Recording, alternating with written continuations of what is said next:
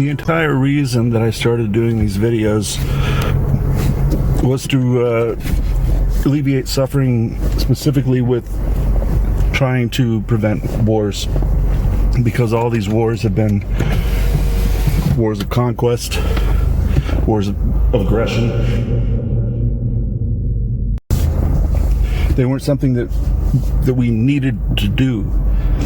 It was about the corporations getting rich and all kinds. It's almost every single war was about corruption, and almost, if not every single war, was started with a false flag, meaning that they did something bad to blame on somebody and then attack them for it. I'm saying that because just a few years ago nobody knew what false flag was, so it's reasonable if some people still don't know. Anyway, I'm wanting to talk about the conflict that we have going between the conservative and liberal mindsets, or the left and right, the red, the blue. There's a deep divide between whether to shelter in place or whether to resist tyranny, which I don't think the left usually sees this as tyranny. They don't see it as fascism, or, like, some people see it differently than others. Definitely, I think people see takeovers as hostile people in uniforms coming to your door. No, it's much more clever than that.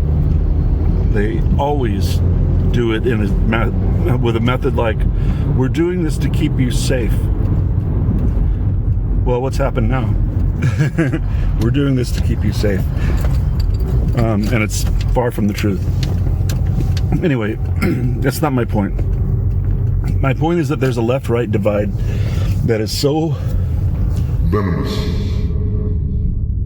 that it threatens to devolve into a civil war, to be honest. Because it's a very impassioned points of view on both sides of it. What I'm trying to get at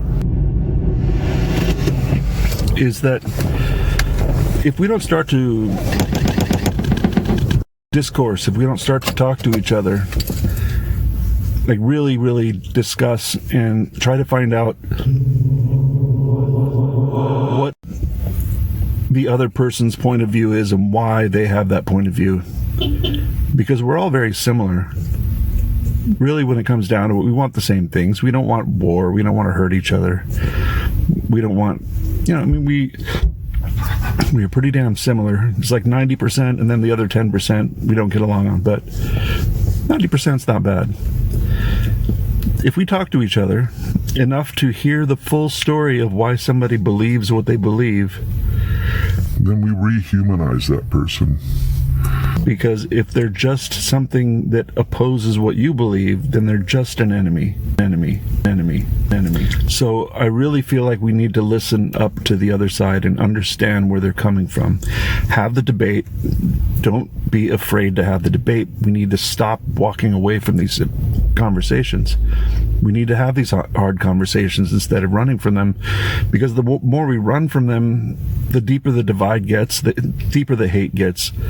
It just gets ugly. We need to step up now and have discourse with people who don't see it the same way.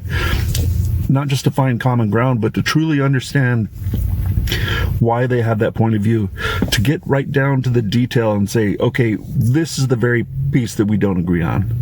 So you see how much you do agree on. Usually it's just some tiny sticking points. It's worth looking into anyways, trying to understand the opposing point of view for peace sake and for exercising discourse, because we need it. We need it bad.